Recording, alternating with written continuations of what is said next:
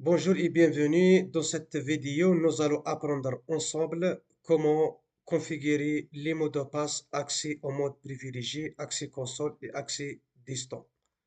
On va appliquer ça sur le switch SW3. On va accéder aux consoles. Donc, nous sommes en mode privilégié. Donc, on va accéder au mode configuration globale en utilisant la commande configure terminal. Donc, enable secret admin 2026. C'est le mot de passe pour protéger l'accès au mode privilégié. Voilà, donc on va sortir disable. Voilà, donc on va revenir au mode privilégié et on va voir. Voilà, ça mot de mode, le mot de passe. C'est admin 2026. C'est bon, on a protégé l'accès au mode privilégié par un mot de passe qui est admin 2026. Donc, on va passer au deuxième point. Protéger l'accès console. Voilà. Donc, configuration terminale. Donc, on va créer un compte utilisateur local. On va l'appeler admin. Voilà. Donc, on va lui attribuer des privilèges. Par exemple, 15 pour accès total. Secret pour un mot de passe secret. Pour un mot de passe chiffré. Par exemple, on va choisir le même mot de passe. Vous pouvez choisir d'autres. 2026. Voilà, ligne console 0. N'oubliez pas login local, puisqu'on a utilisé username et mot de passe, ou bien nom utilisateur et le mot de passe. C'est bon. And n'oubliez pas de sauvegarder cette configuration dans un VRAM. Voilà, donc on va redémarrer notre système et on va essayer d'accéder à nouveau aux consoles. Voilà. Donc on attend le redémarrage du système d'exploitation Cisco iOS.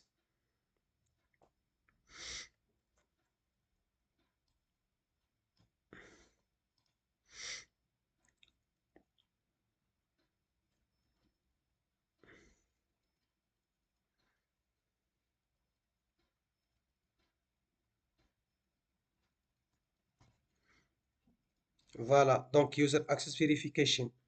Donc, nous demande nos utilisateurs, donc, va vérifier admin, le mot de passe admin, arobase 2026.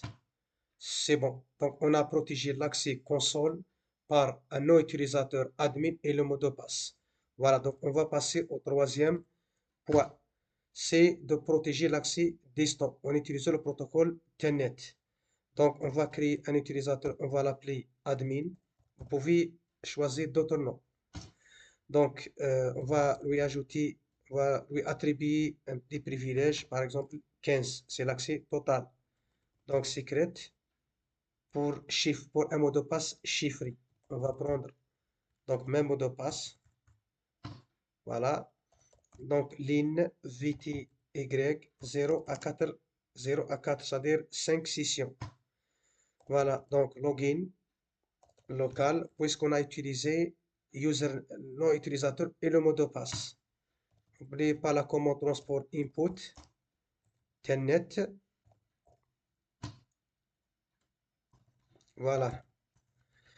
Donc, copy running startup config. On va sauvegarder cette configuration dans la mémoire NVRAM. Et on va essayer d'accéder à distance. Donc, par exemple, on va accéder à ce switch SW3 depuis R1. Voilà. Donc, on va accéder aux consoles. Et bien sûr, on va utiliser l'adresse IP de management qui est 192.168.1.10. Voilà. Donc, telnet 192.168.1.10. C'est bon. User Access Verification.